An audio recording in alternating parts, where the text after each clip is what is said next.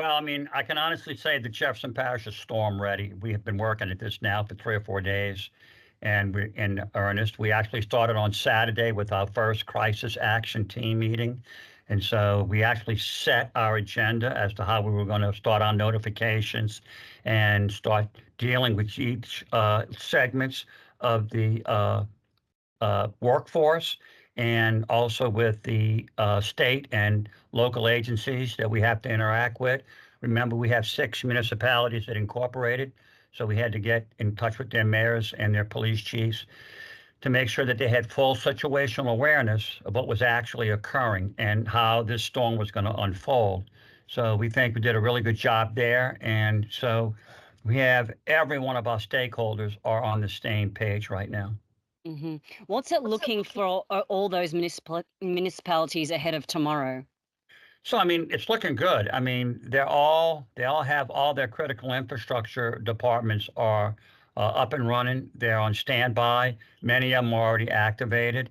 They've been doing all of the pre-storm work, checking catch basins, making sure that the pumps are all operational, and that the canals are high enough that they're primed so that when they start drawing water at full capacity, there are no airlocks. So, I mean, we're ready to go. I mean, we've done everything that we have to do.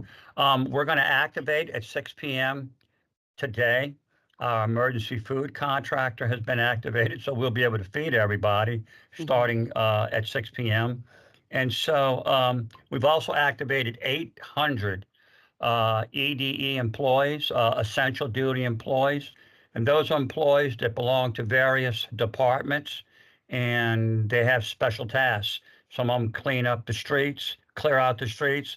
Some of them deal with fallen trees. Some of them work with energy as it relates to helping extract poles that have fallen onto houses or are blocking streets. We have our traffic engineers, which will do a complete survey post-storm, and they're going to check for knockdown signal lights, signs that have been downed. And so we have an emergency contract that goes in where we put in four-way stop signs at all the critical intersections. Because Eleanor, we know Ida, we had 70% of the population did not evacuate. And so Mm. while this is a serious storm, it's not nearly as serious on the magnitude level as Ida was. So we know we're going to get a lot of rain. We know we're going to get wind, and we know we're going to lose power, if not totally, in many different sections throughout the parish. So one of our concerns is the fact that the ground is so saturated with water that we're going to get a tremendous amount of runoff. So, if we start getting more than 2 inches an hour for a sustained period of time, the first thing that occurs is that the canals fill up, and then it backs up onto the street. We get ponding.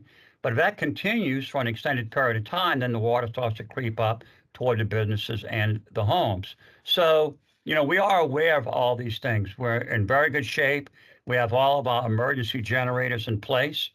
We do have one pre-storm shelter at Terrytown, and that is going to be primarily dedicated to any homeless individuals that are looking for a shelter and people that live in FEMA trailers or mobile homes. So we have gotten a few calls on that. For tomorrow, when you mentioned the emergency food, where could people go to get that if they are in need? Oh, no, no, no, no, no. That'll be strictly for the workforce. Oh, okay, okay. Right. That's strictly to feed everyone in the EOC. We also feed everyone in the 911 center on the third floor of our facility, and then that includes the 800 essential duty employees who are basically field workers. I know that the lower part of the parish is probably going to get hit along the coast a lot more than upper Jefferson. But are we looking at any possible issues for Metairie, Kenner, that kind of Gretna area? Well, we do have areas that flood on the East Bank in Jefferson Parish, so we're aware of that, and we've spoken with the mayors and their directors of drainage, and we told them to keep an eye on their hot spots, because we certainly want to be able to get the appropriate amount of barricades out there so we can keep individuals from driving into it. Now, we can't do that during a storm, but if we can identify those areas once the winds die down, then we can get the appropriate barricades up and then we can also map out detour routes. Now, we have spoken with DOTD and Scott Boyle and his crew at the New Orleans office. And of course, if we have any issues on state highways like Airline Highway or Jefferson Highway, he is primed and ready to go with all his barricades and signage. So, I got to be honest with you. We feel like we're in pretty good shape here. I mean, in terms of from a preparedness perspective, clearly we have no idea what the impact and the damage is going to be, but this thing does seem to be inching more and more eastward. So, I mean, that's gonna increase the severity of the impact on us. That's all my questions, Joe. Is anything else you would like to say? Well, a couple of things. Number one is I want the citizens to stay weather aware. They can do that through Jefferson Parish, through our website, through our social media. They can do that through JP Alert 888-777, a text. Or you can go for the Spanish-speaking population, JP Noticias, which is 888-777. And then also we'll be doing a presser every day.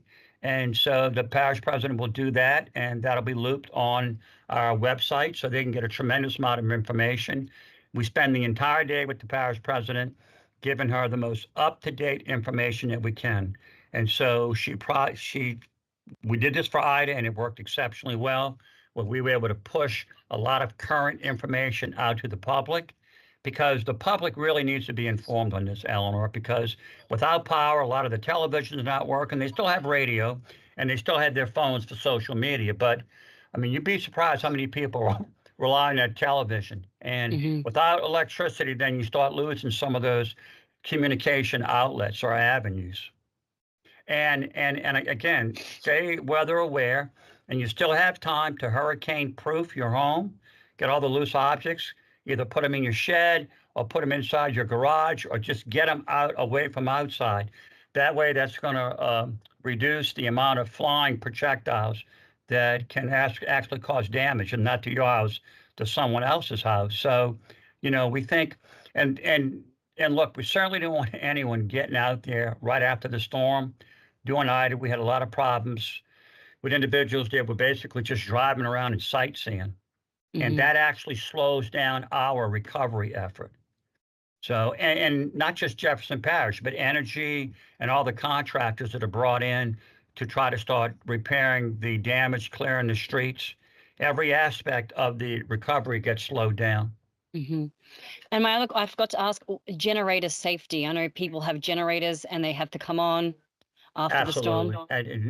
Absolutely. Well, if it's a home standby generator and the parish gave it the approval through a permit, then we know they're at least 25 feet away from the homes. But if you have a portable generator, a gasoline, any type of propane, whatever it is, make sure you're at least 15 to 25 feet away.